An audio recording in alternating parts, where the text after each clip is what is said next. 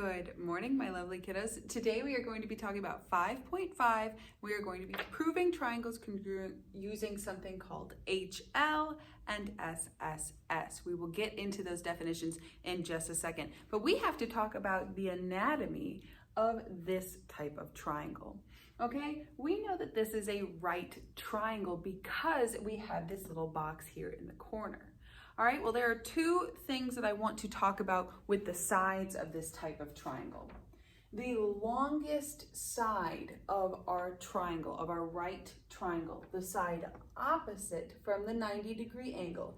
Remember, opposite means that it is not touching. So this side right here and this side here are both touching our right angle. The side opposite, or the side not touching our right angle, is called the hypotenuse.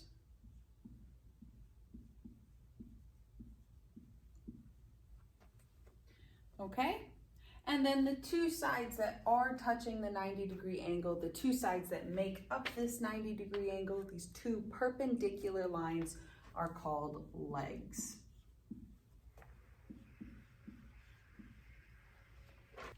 Okay, so let's do some examples where we have to find our legs and our hypotenuse on these two right triangles right here.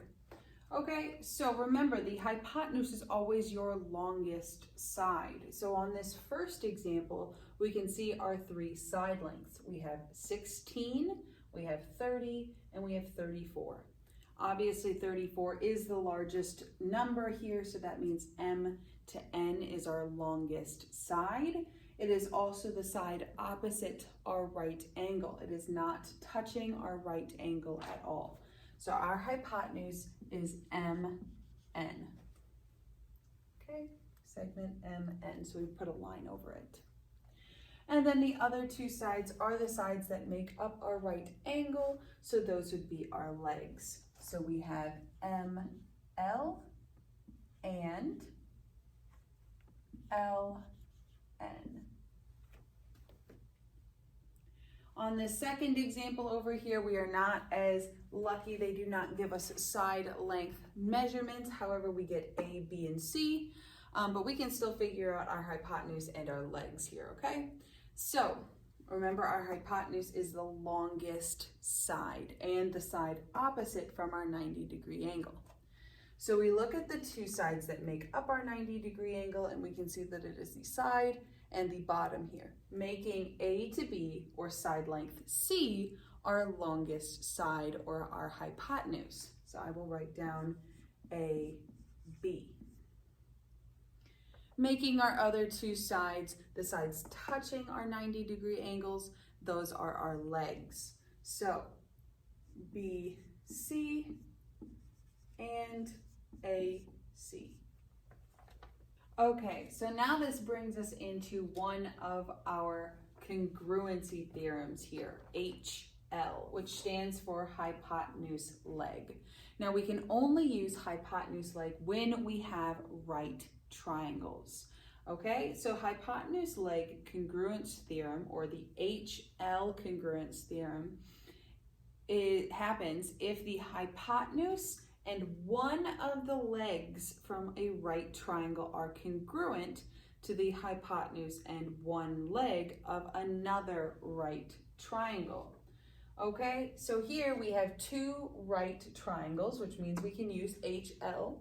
Both the hypotenuses, hypoteni, the side opposite from our 90-degree angles here, those are congruent. They both have two tick marks.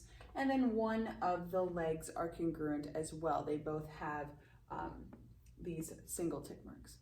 Okay, so because we have two right triangles, their hypotenuses are congruent and one of the legs are congruent, we can say that these two triangles are congruent by HL, or hypotenuse leg. So what I'm going to do is I'm going to add this into our little congruency theorem bank over here.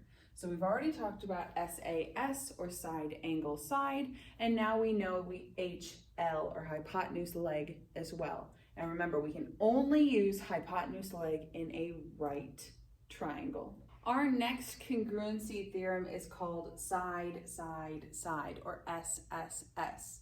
The side congruence theorem says that if all three sides on one triangle are congruent to all three sides on a second triangle, then those two triangles are congruent. I think this one is a lot easier to see than side angle side, and definitely easier to spot than hypotenuse leg, because we have to keep an eye out for the right triangle on this one. So as long as we have two triangles where all three sides are congruent to a side on the other triangle, so here we have one tick mark, two tick marks, two tick marks, three tick marks, three tick marks. Even though we rotated this triangle, these are still congruent. So I will add this over to our little congruency bank over here as well, and we'll get to do some examples. Okay, so let's take a look at these first three problems here. Okay, so we're going to use either SAS, which is side angle side, or HL, where we have hypotenuse leg, SSS, or side side side, or finally none. Okay, there is still a chance that these triangles are just not congruent. Okay, so looking at number one, we have one tick mark, two tick marks, three tick marks on both triangles. Since all three sides on one triangle are congruent to all three sides on a second triangle, we have side, side, side. Okay, so I'm going to say SSS. Yes, they are congruent. And I'm going to say all three sides have ticks. Okay, so I said the theorem I wanted to use, yes, they are congruent, and I gave 5 words here about why they are congruent. Okay, so let's go to number 2. Number 2, we have some right triangles. We have those little boxes, so there's a possibility that we could use HL here. But if we look a little closer, we can see that each of the hypotenuse, nusi, I'm really gonna have to Google what that is. Both of the hypotenuses for these triangles are not congruent. There are no tick marks on the hypotenuse, so we cannot use hypotenuse leg. Whereas in this case, if we follow the tick marks and the angle measures, we have a side, then an angle, an included angle, and then a second side. Same thing on this bottom triangle. We have a side, then an included angle, and then a second side. So this would actually be side, angle, side. The angle is in between the two sides. So I'm going to write SAS. Yes, they are congruent. And I'm going to say angle between two sides.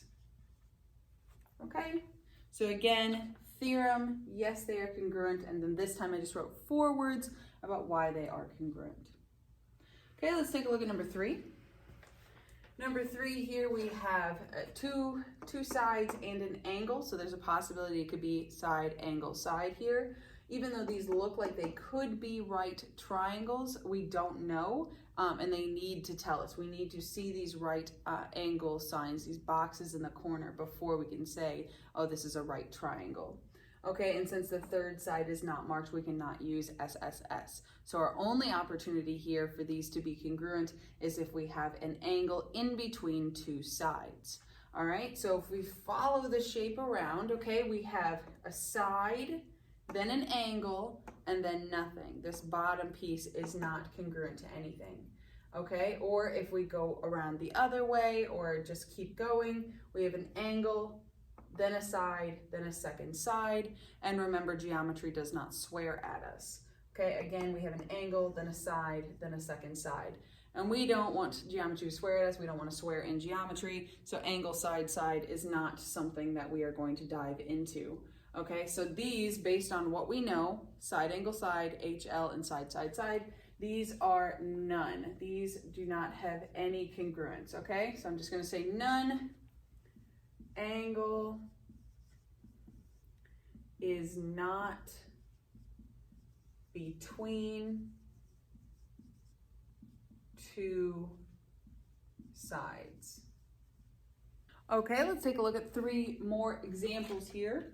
Let's take a peek at number 4 again. Okay, so number 4, we have a side, then an angle in between it, and then another side. Same thing on our second triangle. We have a side, then an angle, then a side. So in both cases, we have 2 sides and we have an angle in between them. So this would be side, angle, side. So I write our theorem name. I say, yes, they're congruent. And then I'm just going to say angle between 2 sides. Okay, number 5 is going to require a little bit more brain power. So let's go ahead and finish this problem up. Let's write down what we know. Okay, so we have 1 side congruent so far. However, if you guys remember from the homework, I told you that if 2 triangles ever share a side, because of the reflexive property that we talked about last semester, we can say that that line is congruent to itself. So this center line is congruent to itself. So now we have 2 lines or 2 sides that are congruent, but we have no angles and we have no way to prove the other 2 sides are congruent as well.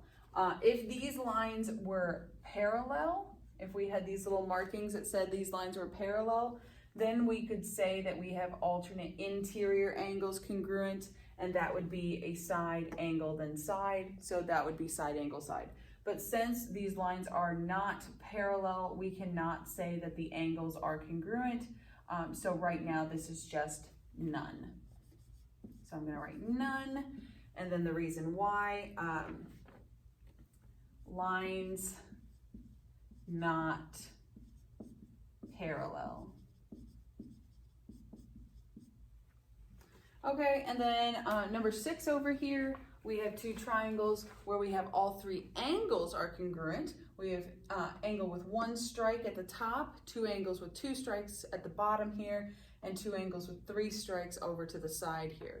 Okay, we don't have a theorem yet, hint, that says if we have all angles congruent, then our triangles are congruent. So this would be just no again, so none, and then I'm going to say no congruent sides. Okay, so since we don't have any congruent sides and we don't have the theorems yet to prove that these are congruent, this will stay none for this homework assignment. Okay, let's take a peek at 3 more. For number 7, I already see something that we can add on to this triangle, and that is that because we have 2 intersecting lines here, remember the opposite sides of 2 intersecting lines are congruent because those are vertical angles. Okay, so whenever you see 2 triangles crisscross kind of like this, remember that the 2 sides or the 2 angles on opposite sides of intersecting lines are always congruent. Those are vertical angles. Okay, so if we look now with our angles, we have 2 sides and an angle in between them. Side, then an angle, then a side. Same thing over here, side, then an angle, then a side. Okay, so since we have 2 sides with an angle in between them, this would be side, angle, side. Remember, I write the theorem. I say, yes, they are congruent, and then I just give a short explanation as to why. So, angle between 2 sides. Okay, number 8 looks a little funky. We got a big triangle and then 3 triangles within that. We're looking at the 2 triangles, the 2 smaller triangles on the outside here. Okay, these 2 smaller triangles on the outside here are congruent at the base here. They are congruent on the inner edge and they are congruent on the outer edge. All 3 sides have tick marks, so all 3 sides of one triangle are congruent to all 3 sides of another triangle. So this would be side, side, side. Yes, they are congruent. And then I will just say that all sides have ticks. All right, now let's go ahead and do number 9. And number 9 is actually one of my favorite ones on here because there are 2 ways that we can prove this congruent. Okay, one way is that whenever we see two triangles touching, because of the reflexive property, they share that line, so we can say that this is congruent to itself. So now you can see that all three sides have tick marks, so we could say that these are congruent by side, side, side. However, even if you did not spot that middle piece here, we still had enough information to say that these triangles are congruent. We had a side, then an angle, and then a second side on both triangles. Okay, so we could have said that this was congruent by side, angle, side, or by side, side, side. So you can pick, it doesn't matter. I'm gonna go ahead and pick side, side, side, and just say yes, all sides have ticks. Okay, let's go ahead and look at our last three examples for this 5.5 notes. Okay, so number 10, we have ticks on all sides, even though they're all singular ticks, so that just means that this side is congruent to this side and the bottom, and is also congruent to this, this, and this. Every side is congruent to every single side because they all have one tick mark. However, it's the same idea as if they had 2 and 3 tick marks as well. All three sides on one triangle are congruent to all three sides on another triangle. So we can say that by side, side, side, yes, these are congruent. All sides have ticks.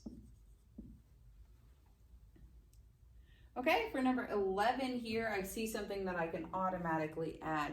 Remember that when two triangles are touching, we can always say that the line that they share is congruent to itself here.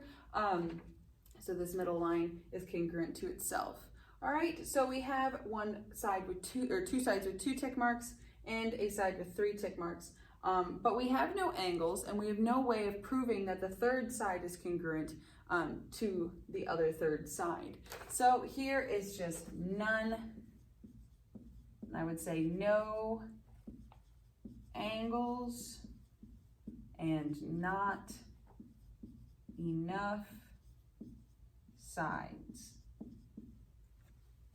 Okay, and then our very last example for today, number 12. We have 2 right triangles that form a box here. So since these are right triangles, we have the opportunity to use hypotenuse leg. Keep that in mind. Whenever you see these boxes, think hypotenuse leg. Again, just like the last one, whenever I see 2 triangles touching, I'm going to automatically make that line that they share congruent to itself based on the reflexive property. So here we have the hypotenuse congruent to the other triangle's hypotenuse, and then they both share a leg congruent to each other. Okay, so we get to finally use hypotenuse leg. We have right triangles, the hypotenuse is congruent to the hypotenuse, and one leg on each triangle is congruent to the other. So this would be hypotenuse leg. Yes, we have right angle, hypotenuse, and leg. That's how I would phrase that. We have a right angle, we have our hypotenuse, and we have our leg.